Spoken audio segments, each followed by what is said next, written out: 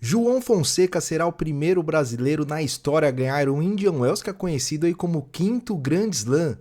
Todos os detalhes sobre esse torneio, a análise completa aqui no vídeo e sem enrolação, vamos direto para a análise aqui para saber se o João tem chance de ganhar esse torneio, que é um torneio aí muito importante no calendário do tênis atual.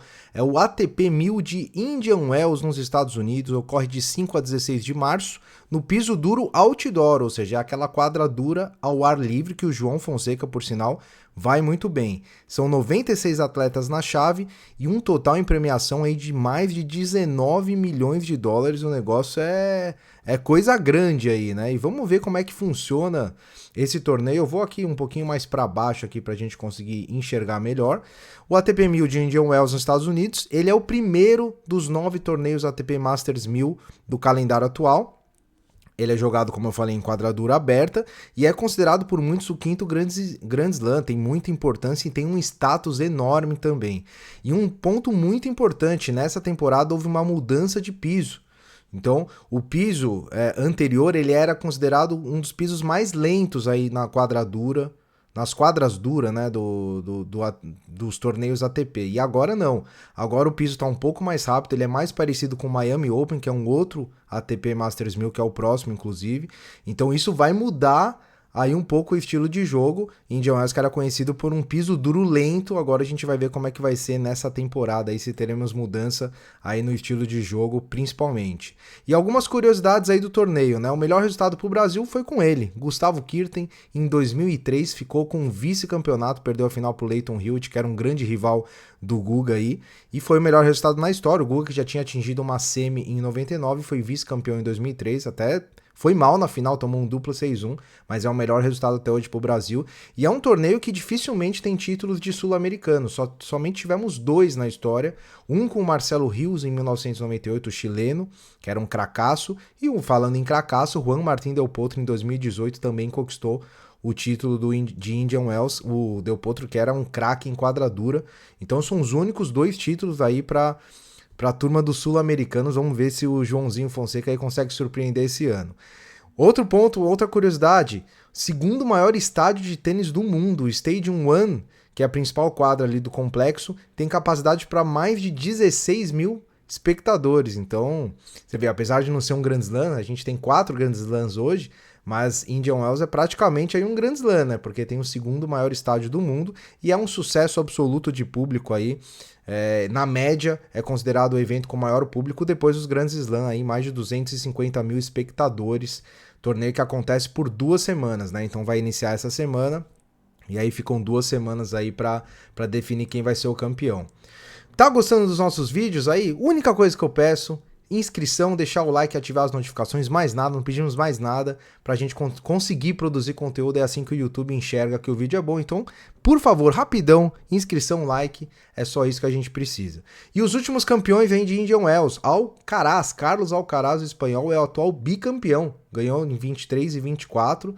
Então é o homem a ser batido aí nesse tipo de piso. Como eu falei, agora vai ser o piso um pouco mais rápido. Nada que seja muito problema para o Alcaraz, que é um jogador bom também de quadras rápidas. Afinal, ele tem Wimbledon também no seu hall de troféus aí. Mas é o homem a ser batido. 22, Taylor Fritz, tenista da casa campeão. 21, Cameron Norrie, que é um inglês, e em 2019 o Thiem. Em 2020, em virtude da pandemia, não tivemos aí esse Masters 1000. Então aí, dos últimos 5 títulos aí, somente um para um tenista da casa, e os Estados Unidos que tá vindo cada vez mais forte aí, como vocês sabem, geração a geração. Deixa eu ir aqui pro outro lado, eu vou ficar com o Federer aqui, ó, vou ficar do lado do Federer, pra gente ver aí os maiores campeões, né, de Indian Wells. E são 2 dos gênios aí da história do tênis, né? Novak Djokovic e Roger Federer, ambos 5 vezes campeões. 5 vezes campeão. O Nadal ganhou 3 vezes esse título, então a gente tem outros tenistas que são tricampeões, mas o Novak e o Roger aí são os maiores campeões. Alcaraz já tem 2, então vai aí também tentar chegar nesses caras. O Federer, que veio um pouco antes, né, do Djokovic, então ele foi tricampeão ali de 2004 a 2006, depois conquistou em 2012 e em 2017, e já o Djokovic 2008, 2011 e depois um tricampeonato, 14, 15 e 16.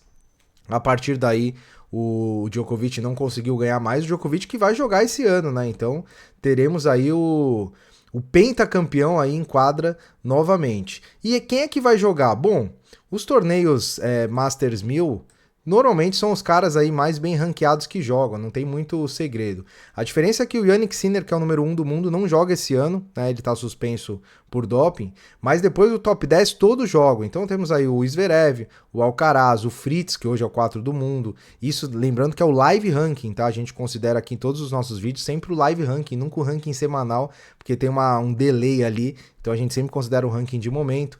Casper Ruud, Andrei Rublev, Tsitsipas, que acabou de ganhar o seu primeiro ATP 500 na vida e trocou de raquete e parece que tá jogando melhor. Medvedev, Alex de Minaur, Tommy Paul, Jack Draper, Ben Shelton, que é uma grande revelação aí do tênis norte-americano. E temos 2 brasileiros, João Fonseca, que é o atual 79 do mundo, e o Thiago Wilde, que é o número 98 do mundo, que se não for bem aí, tem pontos a defender também nas próximas semanas, ele deve sair do top 100. O Brasil hoje só tem esses 2 tenistas no top 100, o Thiago Monteiro ficou próximo de entrar no top 100 com a campanha em Santiago, mas também não conseguiu, então a gente corre risco aí de termos somente o João Fonseca no top 100, e a gente vai fazer, obviamente, né, o João, o primeiro jogo dele será na quarta-feira, provavelmente, a gente vai fazer toda a análise do chaveamento aqui, como sempre fazemos em todos os torneios, para saber como que vai ter o sorteio, né, a gente precisa saber quem que o João pega, o João que recebeu um convite de wildcard para esse torneio, eu vou até deixar um cardzinho aqui para vocês olharem esse vídeo que a gente fez, que foi histórico, foi o primeiro wildcard na história do Brasil, vou deixar o cardzinho aqui para vocês assistirem o vídeo, e ele recebeu o convite por wildcard, não tinha ranking ainda na época, hoje ele até tem para entrar, mas não tinha na época, então ele entrou direto na chave principal, assim como o Thiago Wilde.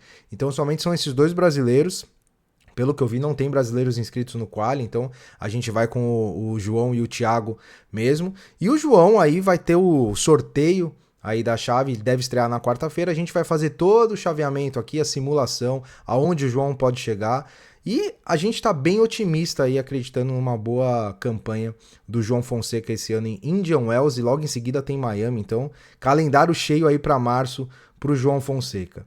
Certo, pessoal? Lembrando, né, nosso parceiro TLP Select, a maior comunidade para apostas e trade em tênis, a gente vai deixar no comentário fixado aí do vídeo os links para quem quiser conhecer, 30% de desconto aqui do Auge das Quadras. Thiago, que é um mestre aí, o maior conhecedor de tênis que eu conheço.